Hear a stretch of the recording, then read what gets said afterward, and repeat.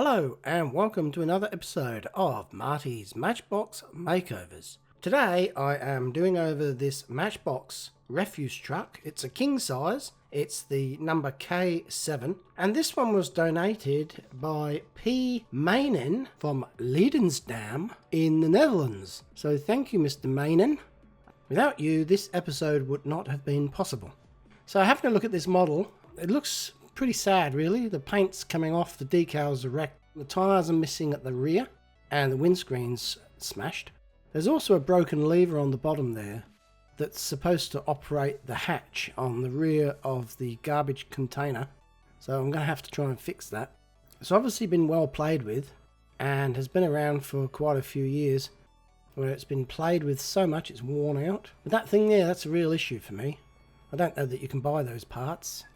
Quite a large model, chunky, heavy, don't know what else to say, except, guess what? There's a second one. That's right. Mr. Mainen sent me two, which is really good because they're both wrecked to different degrees, and therefore I'm hoping to make one out of the two. You can see here, this is that lever mechanism that's broken on the other one. It's almost, well, 95% complete. It's just a little piece missing there. So I'm hoping to take that piece off of the first model and weld it onto the second model to make it fully functional again. So let's see how well I go.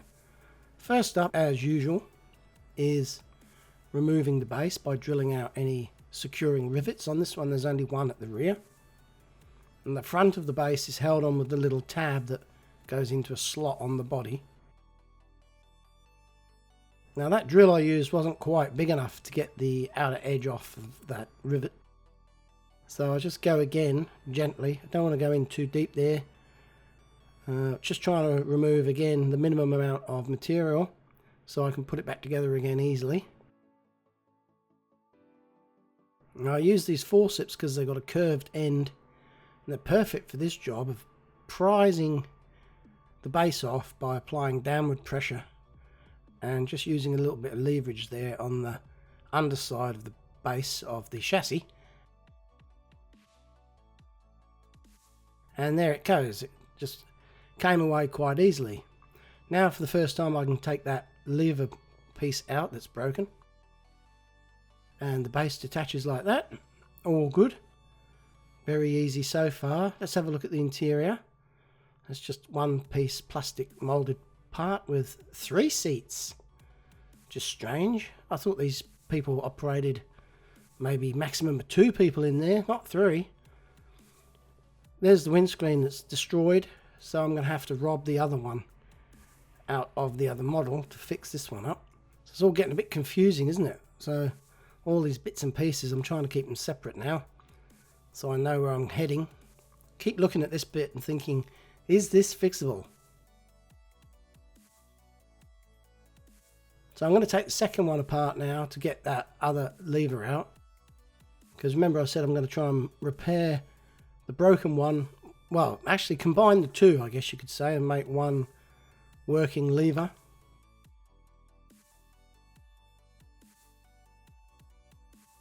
So this time round I used the larger drill straight off the bat.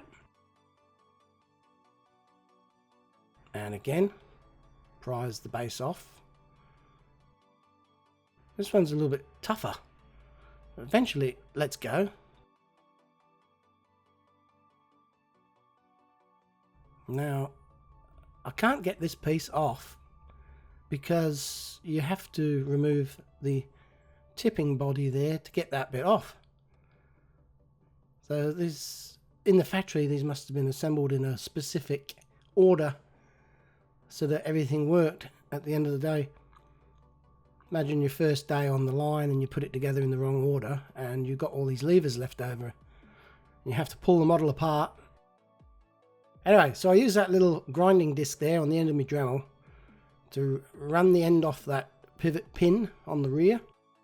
And it's a little bit tight, so I'm just putting it over a nut and I'm going to push down with my center punch to pop it out.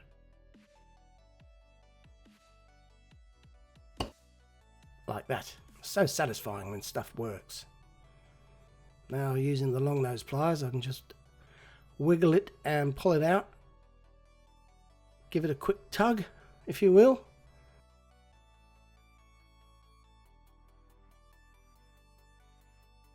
Now I can get to this piece that I want to work on. So there's the two parts there. It's going to be tricky. So the idea is I'm going to use the bottom one, straighten it up.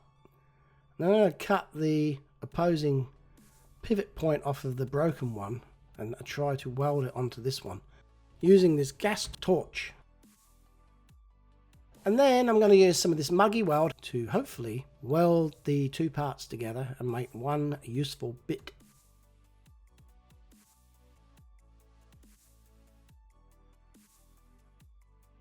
See how I go.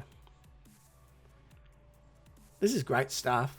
It's a brilliant thing. It's opened up all new avenues for me, new repair options. In the past I might have used baking soda and super glue to try and fix this, but depends on the circumstances and the model and the amount of stress that's going to be imparted onto the part that you're trying to fix, and the amount of stress that the part that you're fixing is going to be subject to as to what method is best to use.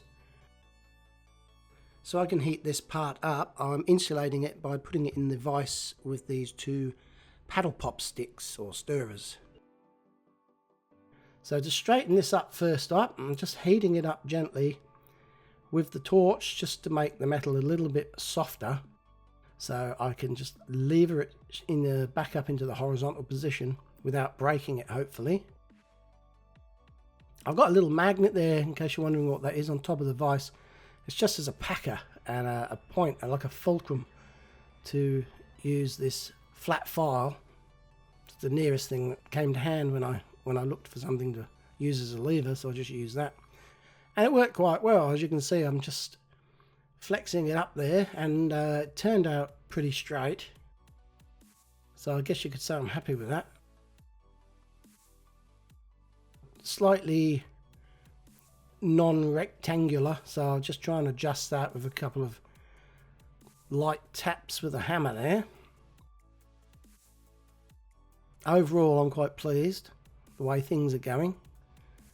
Now the hard part is to cut this piece off and make it exactly the right length to correspond with the other side. First up, I file away the broken bit, so I've got a nice flat area to work on. So I'm just filing that down on the end there to square it up, so that when I put the replacement part in there that I'm going to cut off the other one, it's a nice snug fit, which should hopefully, with the addition of the muggy weld, should make for a nice strong repair. And I apologise for the camera angle here, didn't quite get it right, but you'll have to use your imagination as to what I'm doing there. So I've kind of squared that up, so it's a nice little right angle pocket there on where it's broken. Right, I've measured how much material I need, so I'm now cutting it off as accurately as possible using the small Dremel cut-off wheel. Now there is a bit of burr there. I'll just remove that with this tiny little flat file. Oh, nearly lost it. As you can see, I've tried to make the two profiles match together like a jigsaw. Now for the difficult bit, I've got to use these helping hands from my soldering kit and the vise and try and position everything up snug. So what I want to do is, when I melt the muggy weld, it's going to wick its way into the join and hopefully the job will be done. So first up, I'm applying some flux that came with the muggy weld, and I think the secret is wherever the flux is, the material will flow. So I'm having a bit of a win here to begin with, but then all of a sudden everything turns bad. And the bit I'm trying to weld onto the frame just totally melts and vanishes before my eyes. And I'm pretty much devastated. So I've spent about an hour on this already, and I've got absolutely nowhere. Anyway, undaunted, I try again. This is another bit of the broken piece that I've cut off and shaped to try and make it look like the original bit I had. Now I do use some baking soda and super glue, some of this, what's it, Starbond medium viscosity super glue, because I'm desperate, you see, and I'm really quite annoyed with myself, but I thought I'd give it a go. Sometimes it works, sometimes it doesn't. Well, I thought I'd try it out just to see what would happen. Now it looked quite good. When I was cleaning it up though, to try and make it look a little bit better, it broke off. So I went a third time, only this time I experimented using different types of solder out of my soldering iron kit, and I found one that worked. I did a few test pieces first because I didn't want to fail again, and when I eventually got it, it worked really well. So I've discovered that I can now use a specific type of solder. Here's a picture of the solder that I used. As you can see, it's 60% tin, 40% lead, and surprisingly 2% flux. So a total of 102% there. Worked better than the muggy weld today, and it was the first time I've done that. I don't like the design of the rear here, where this hatch assembly moves up and down. One side it's riveted, and the other side it just rides on a little pin in a hole, and there's a lot of slop there. And because it's sloppy, it sort of jams, can get cockeyed, and can actually sort of, the little pin there can fall out of the hole, and I just think it's pretty bad, pretty poor design. So I'm going to try and improve on that by grinding that little pin off the left hand side and putting in a second rivet. So hopefully this will be stronger than the original toy. So I've got to take the other original rivet out first so I can separate this and drill the hole out that I'm going to need to put the second rivet in. Sounds a bit confusing, but you'll see what I'm talking about. Unlike now where it's pitch black in there and you can't really see much at all.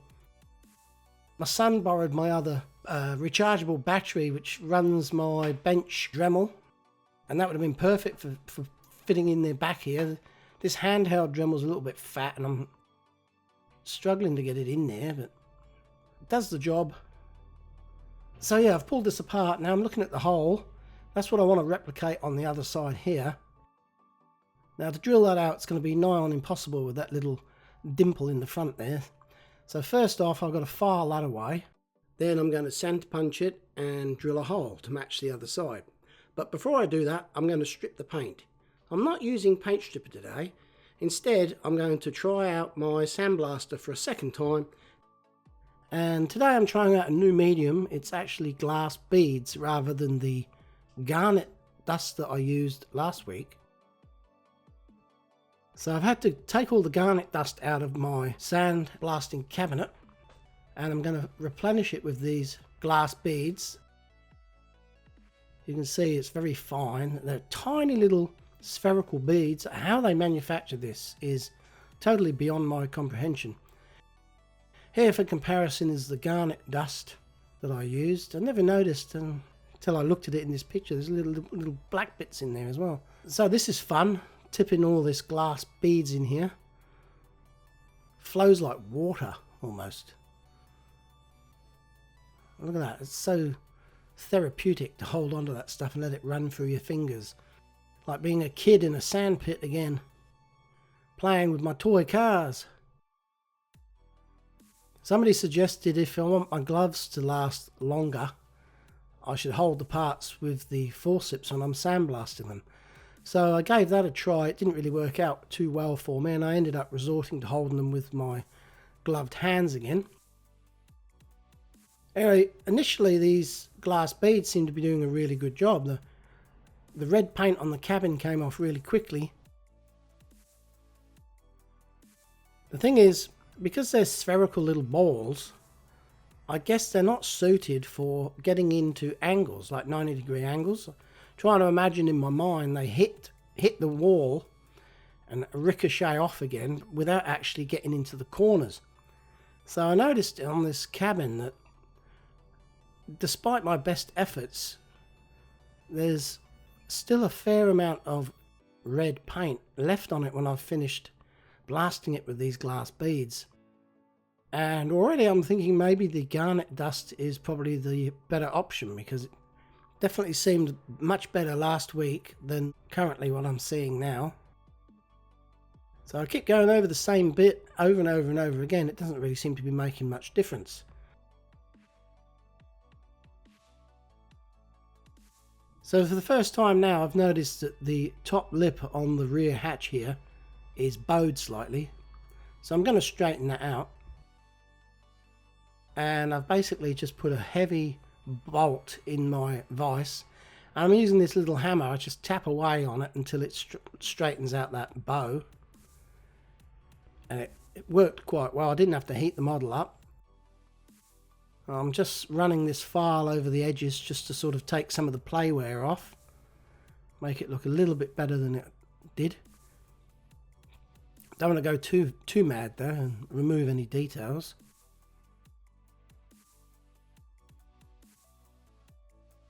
So I got my battery back, and now I can use this handheld Dremel again, which is mounted on the bench. And this conical cup brush or something similar, I forget what they're called. And I'm just going over the cabin to try and remove more of that red paint that the sandblaster failed to remove. I'm just trying to get it as clean as possible so that when I paint it, it looks, and the finish is as good as I can get it.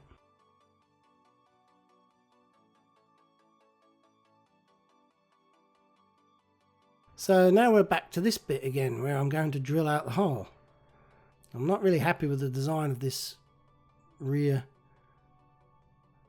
what do you call that? Rear container and its lid.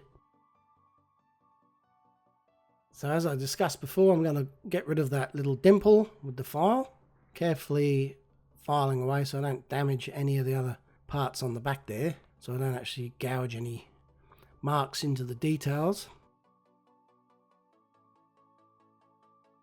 Okay, so far so good. Now I just got to center punch the center where I'm going to drill. So I use my spring-loaded center punch again. You only get one shot at this, so you've got to really line it up well. Because if you miss, then you pretty much can't go again with it. Let's have a look. Wow. Yep, that's pretty much dead center. I'm pleased about that.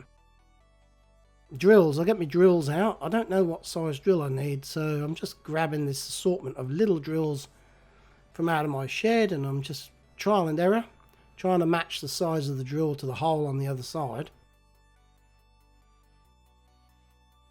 And there's really only one of these drills in here that works, and it's that one. So that's the one I'm going with. Now, because I center punch that, it prevents the drill from wandering during the initial cutting stage. It makes it a lot more accurate just to have that tiny little hole in the center before you start.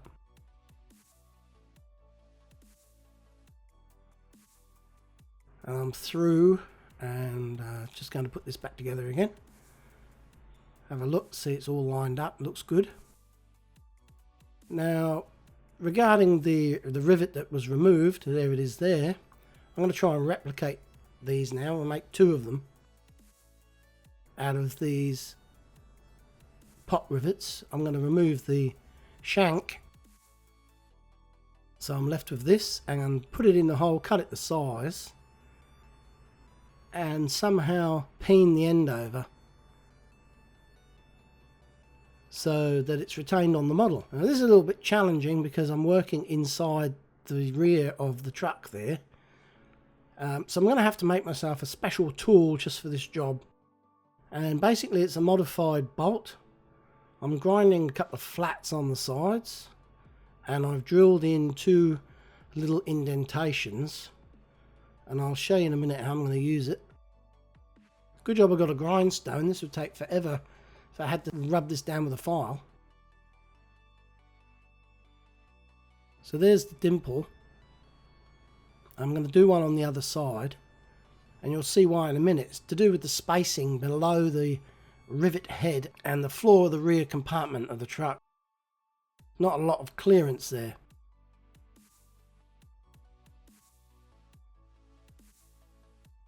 So it's a bit of a juggling match trying to get this thing back together again. Initially I was going to use this nail punch to create the new rivet head. And this bolt I'm going to use on the inside of the truck as a resistance bar so that I can peen the outside end of the rivet over using a ball peen hammer. So just showing you there how it's going to work. I'm going to put that bolt in there.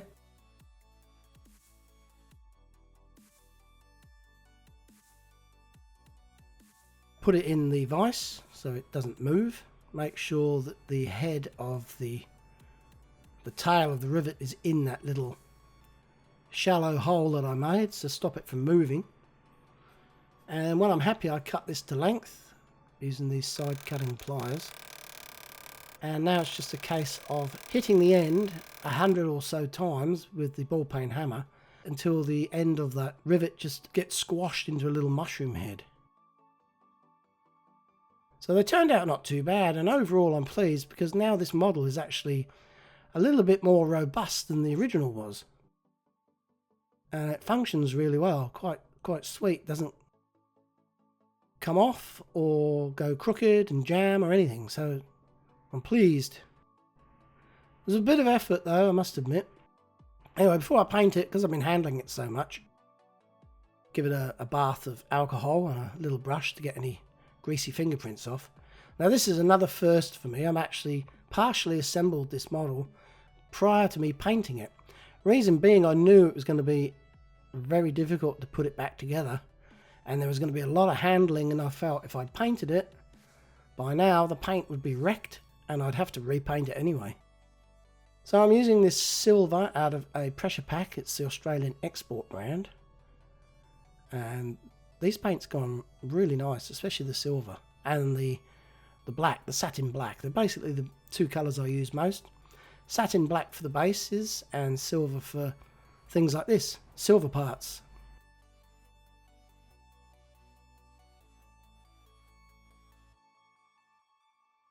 Now, just showing you here, I've put a screw in there. I've tapped the hole, put a screw in there so I can put it back together again afterwards. And I'm going to give this a quick spray of this fine primer, and then I've got to find some red paint to paint it with. Trying to remember not to put it on too thick so I don't obscure any of the details on this model.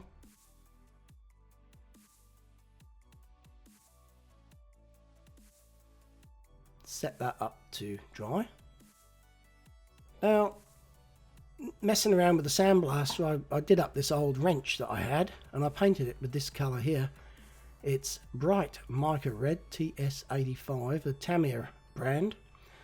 And coincidentally I happened to notice that the handle of my new pipe wrench is the same colour as the original model. So I figured, well, that was a win. I actually had the right colour paint in a can ready to go. Now, looking at the back of the truck here, you can see now it's dried. I've changed the configuration to having the hatch open, and you can see the shadow there where the silver paint didn't go, so I'm going to give it a second coat now and cover those areas in.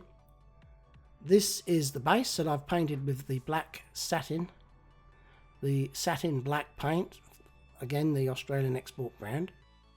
This is my preferred paint for bases at the moment. Now the undercoat's dried, let's have a quick look at some of the details. You've got hinges and door handles. Now this is a double cab.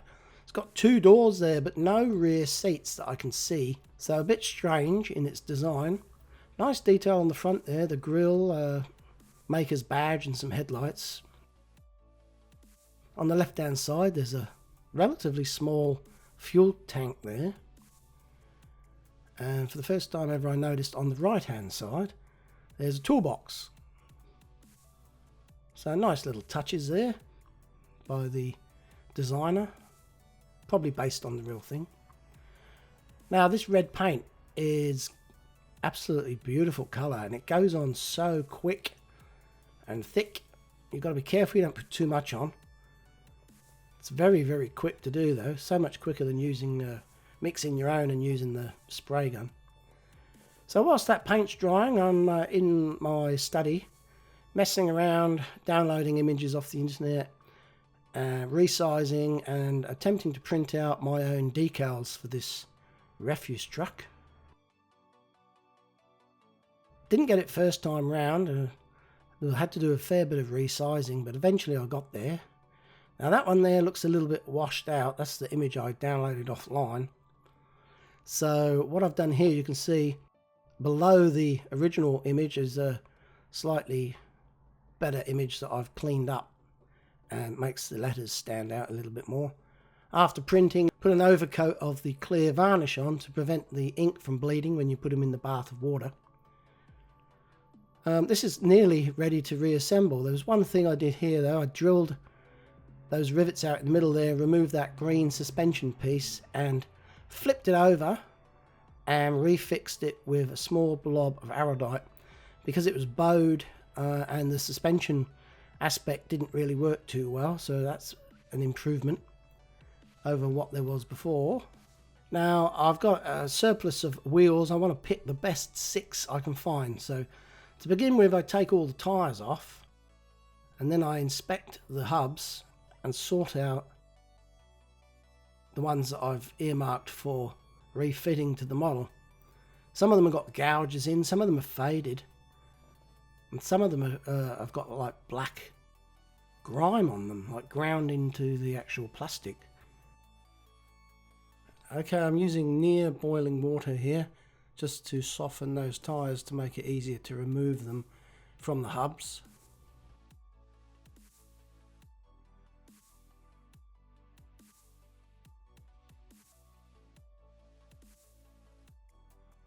So once I've selected the ones I'm going to use, I clean them up on this little wheel cleaning rig that I made out of a block of wood and some nails with the heads cut off. And just with a toothbrush and a little bit of washing up liquid, give them a good scrub. Try and get some of that black out of the groove. Here you can see they've faded. On one side they're faded and on the other side they're bright red. So maybe this model was sitting on the windowsill in somebody's bedroom and the sun faded the wheels where they were facing outside. Anyway, the excess ones I've got here, the ones I'm not using, I keep. I'll put them in this my spare wheels box because you never know when you're going to need them. These tyres I clean up and spray a little bit of varnish on them to make them look new again. Now have a look at this, the tiny little writing embossed on those tyres, Leslie England it says. Now I'm trimming these decals to the exact size, hopefully, and I'm going to put them on before I assemble the model. Again, something different, don't normally do that, but I can't remember why I chose to do that. There was a reason. It'll probably come to me. Anyway, it's just a bit of warm water there in that little bowl. And it doesn't take long. Only this white-backed decal paper that you buy online, the image seems to separate a lot quicker than the commercial decals that you get. So you can't mess around, you've got to work quick. When I take them out of the water, I just slide the image, the actual decal, off the backing paper just a little bit with my thumb, and then I position it, hold it in place with my finger and drag the backing sheet away with some tweezers, and I seem to have more wins than fails doing it that way. And then afterwards I squeegee out all the excess moisture there, a combination of rolling the cotton buds and dabbing with some tissue squares. That's 1 out of 2, that's quite good. I'll just repeat the process on the other side. If you're doing one of these models up and you want some decals, shoot me a line. I've got a few spares I printed out, I'll send you them if you like, till I run out. Now this is the good windscreen from the second model. Still a little bit scuffed up and dirty. So using a little bit of this Autosol aluminium polish, it seems really good for polishing up these plastics using these small little cotton buds. Only takes 5 minutes, maybe 10, and they look like new windows. There is a proper plastic polish that you can buy, but I've never been anywhere where I've actually seen it for sale, so I will keep looking. Just to make them look extra special though, I dunk them in this floor shine, long life self-shining floor polish. I'm just stirring that around in there. I don't want to shake it. You don't want to get any bubbles in there, because they end up settling on the part that you're trying to make look shiny, and you end up having to redo it. So no bubbles, and then I just dunk this thing, completely submerge it underneath the floor polish, pull it out, shake off the excess, and I've got this little onion saver with a little bit of kitchen towel in the base to absorb any excess product, and I just set it aside to dry. And when it's dried, the windscreen plastic, the plastic part, the clear plastic, will just look like a brand new piece.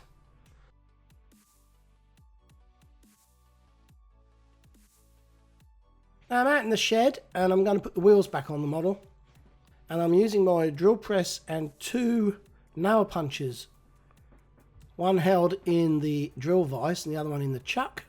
This usually works out pretty good.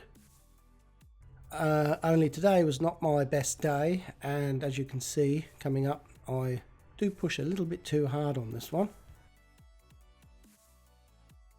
Oops, I actually put a little bit too much pressure on that one, and I bent the end of the axle, so I'm going to have to redo that one. I also damaged the wheel. Did you see a bit of puff of smoke come off? I melted it. So nothing always goes perfectly. Give the wheels a bit of a clean up and replace the axle, the one I bent, and we're good to go on to the next stage. All that's left to do now before I assemble it is just quickly paint the details on the front of the model. Just the details that were painted from the factory, no more no less. And I'm using the silver ink out of an ink pen. The reason I use that as opposed to paint is because it seems to flow easier and dries quicker, and it's kind of got that dull silver look that makes it look original.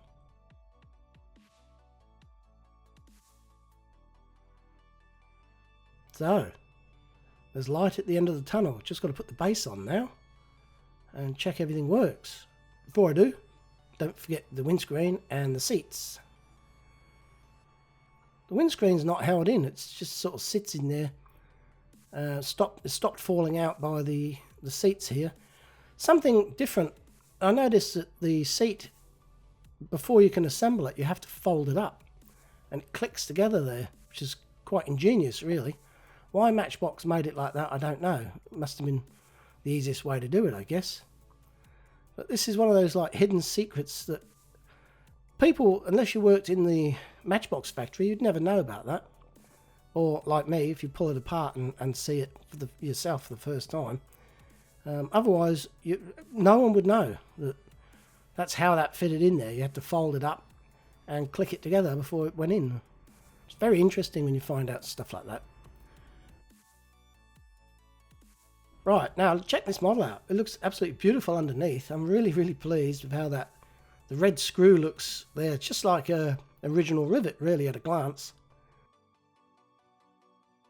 Now here's a quick reminder of what we started with today. Remember there was 2 of these, both in similar state of repair, both with broken lever mechanisms for the hatch on the back there. Well, this is what it looks like now. Overall, I'm very pleased with how it turns out. The red and silver are just brilliant. Like, they're mimicked in the red and white sign, the red wheel hubs, and this model just works. It's a nice looking model. It's just a fantastic little thing, and I'm so pleased that I took the time to do this and fix it up. And now it's fully functional again. I can put it in my cupboard with my other king size ones that I've done up, and then concentrate back onto the older 1 to 75 models, which is what I've always tried to do. But it's nice to depart now and again and do up one of these larger models, just for something different. So good news is Kevin's got himself a little job now as a garbage collector for the local council. It's his first day. He's really excited. I asked him what training he had. He said, oh, you just pick it up as you go along. So anyway, I know he's going to be here soon, so I'm just going to get rid of the last bits of rubbish that I could find in the house, because he said he'll come by and empty the bins, which is a great thing. We always have so much rubbish in this house.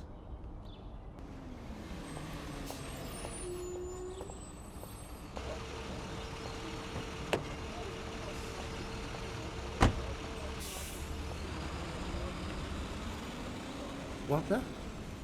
Sorry? Ah, Kevin! Wait till he gets home. I hope you've enjoyed this show. If you have, please like and subscribe. And until next time, this is Marty saying see you later.